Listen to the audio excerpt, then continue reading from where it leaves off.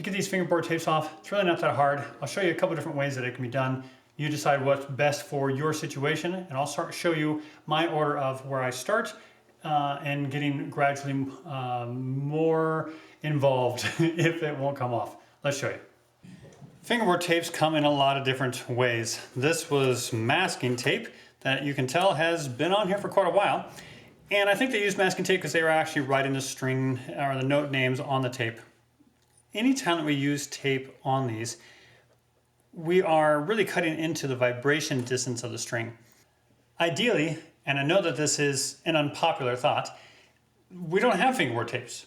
Now I say ideally because from the standpoint of the machine, of the instrument itself. When we're dealing with the string vibration over top of the fingerboard, we only have so much room. And so if you've got your fingerboard here and that string that's vibrating over top of it, if we stick a piece of tape inside there, it doesn't seem like it's that thick, but to the machine itself, it's huge. And we're really sucking up well over half of the distance between the string and the fingerboard. And that's oftentimes where we get buzzing. When we put or choose material that's too thick, then the string itself will actually vibrate down and hit the tape on it, or hit the tape instead of being free, because without that tape there'd be just that little bit of extra room for the string to vibrate. The tolerances really are that tight on these instruments. And again, it doesn't seem like the tape is that thick. That's why we want to be really careful on the type of tape we use and make sure it's really, really thin. So on this particular instrument, they need to go. You can see I still don't have the nut on this one right now, but we're going to go through these and ply these off anyway. This first one came off really easily, so I'm hoping I can do the exact same thing. I'm just going to come in here and grab the edge of the tape and try to flick it up if at all possible. Now, I don't have nails. My nails fall apart very easily. I guess I'm mineral deficient or something, I don't know. Been that way my whole life. I've tried working on it, but hey. So, for instance, that one's not coming up worth a darn. I cannot catch an edge on it without it just peeling off. Where I do catch an edge every now and then, it's not coming nicely. So that's where I try on first. Like the pinstriping tape that's used, oftentimes that stuff will peel right up. And I'll grab it on both sides and actually peel that back down. So once I have it on both sides, especially if the strings are still on, if I grab a hold of that pinstriping tape, that really thin plasticky tape, if you just kind of pull on it and tug on it a little bit, you can peel a little bit off at a time until it all pops loose of the fingerboard, and then you can just pull it all out. On these, I'm going to go to the next level. I'm going to go over into the band room and grab just some really cheap valve oil, nothing fantastic at all, certainly not tech oil, so this would be a waste of tech oil. We're going to put some of that on there. And the oil does a really good job of getting down in there and loosening the glues that are binding that, if we are lucky. This is a very old violin. I can tell that this masking tape has been on here for a very long time. And this may not work, but most of the time, if we just give that a few minutes to just sit in there and I just rub it in, and it's actually going through the tape material right now. Do you see the air bubble right underneath here? How we can move that bubble around? I don't know if I can be seen in the video. I know we've got a place where we can get some oil down inside there. Now I'm going to go take my 6-inch ruler, just my metal ruler, and I'm just going to put a little bit of pressure on these. Yeah, look at that. Now with that oil in underneath there, that stuff also just starts peeling up and coming off real nicely. Now, let's say that this didn't come off nicely. You can still use your metal ruler and treat it like a plane. So I'm literally going to just plow right through this as if I'm filing the fingerboard itself down, and I can use that to just plow through this material and make it go away. On the sides, people get worried about on the side that they're going to hurt this.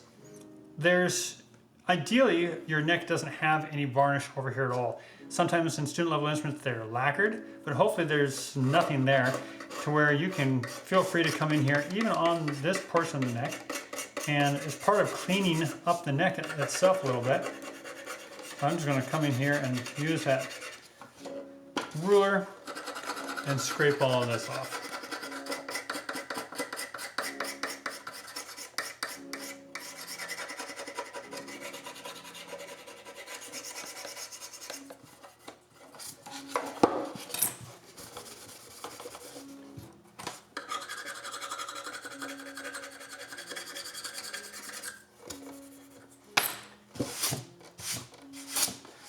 Now I've got the fingerboard free of the tapes, but one of the things you can see on here is these long white stripes.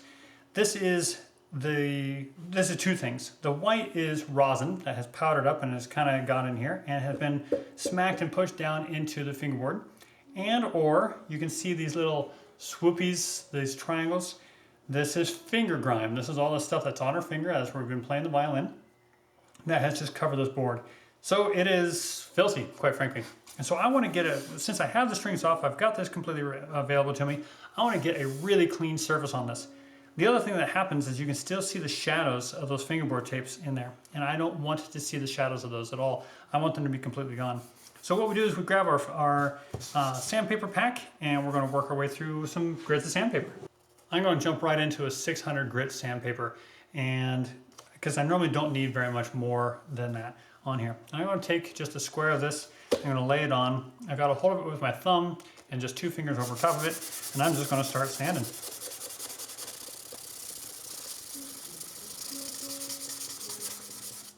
You'll notice how you get all of that stuff filling up the sandpaper. So already the finger grime that's on here has come off and ruined that piece of sandpaper. So I just fold it back out of my way so I don't have to worry about it and go again.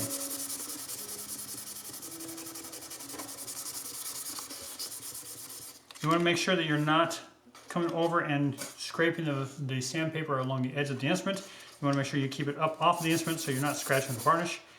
The other thing that I do is as I come across here, I'm going to push on this fingerboard a lot. So I actually come in with my other hand and I stick my finger in underneath there. Not a lot. I don't want to be pulling up on this. I just want to be making sure that when I push down on it, it's pushing up against my finger and not putting too much pressure or strain on the neck. Down on this side, you're going to have a lot of rosin, and that's going to fill your sandpaper up really fast again as well.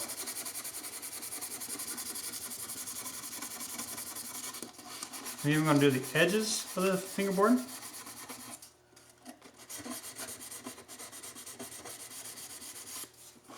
You can see how that just filled all that up. So again, I'm going to fold that over.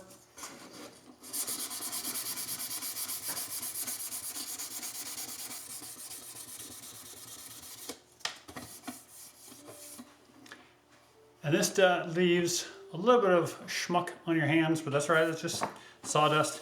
I'm gonna wipe our hands clean on that. Now you'll notice on this one, I still have this little bit of a line here.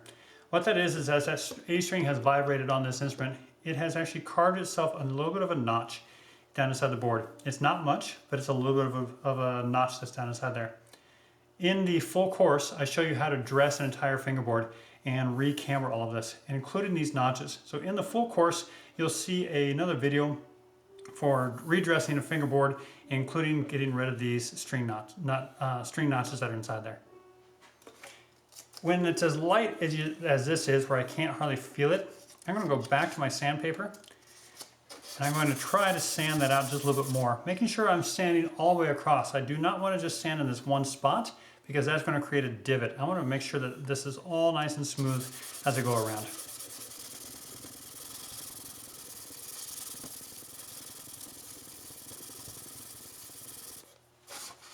I am almost there, but that sandpaper is gone. Grab a fresh piece.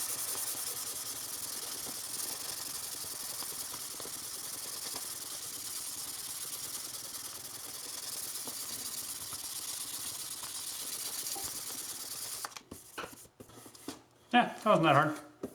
We sanded most of that out. Now, a lot of people would say, that's great, you're done, no worries. I want this fingerboard to be a mirror finish. You can see all this, how much more texture comes out of this when we've got this board completely clean. You can really see the beauty of the wood. I'm going to go one more step on this, and I'm going to take out a piece of 1500 sandpaper. Depending on the splitter back here, it might be written, or like this one has a 15 on it. But I'm going to go to this 1500 grit sandpaper, and I'm going to put another polish in this. Again, I've got my hand in underneath the fingerboard to make sure it's not going anywhere.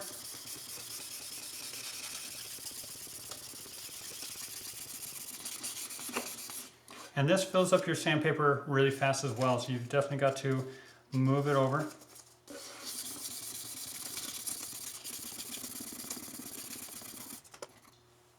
I actually missed a spot, so I'm going to go back to my 600 here.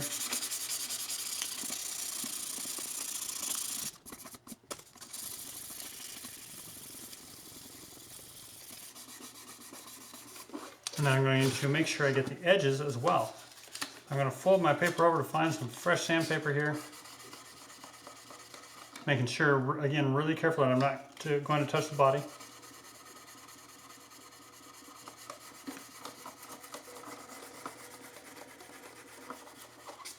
I'm going to do that on both sides.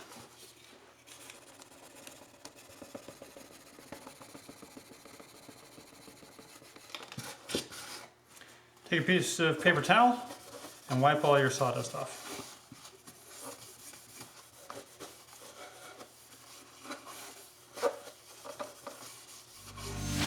Now that is a much more shiny fingerboard to where it's got a gleam on it where you can actually reflect the sunlight off of it. It's a really clean board. And this is probably just fine for most people to stop at. Not going to worry about it at all. But I'm going to show you one more thing that I do. I use almond oil. So this bottle has been around for a long time. You can get this at any health food store. It's oftentimes used as makeup oil. But almond oil, it's a very hardwood oil. And I'm going to take just a little bit of a drop of it on my finger. And I'm going to mix that all the way in and give this fingerboard a little bit of a drink. I'm going to do it on the sides.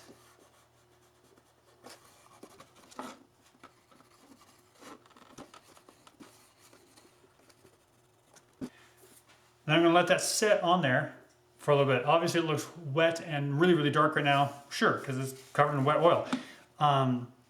So I'm going to let that sit on there for just a couple of minutes to see how much of that oil the board soaks up. If it soaks up all of it, then by all means I'm going to put a little bit more on. It means that board was really, really thirsty and needs some moisture.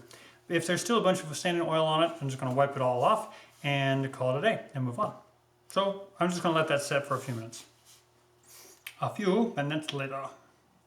All right, we're going to see where this is at. I'm going to take my paper towel and I'm going to take off any extra oils that are on there.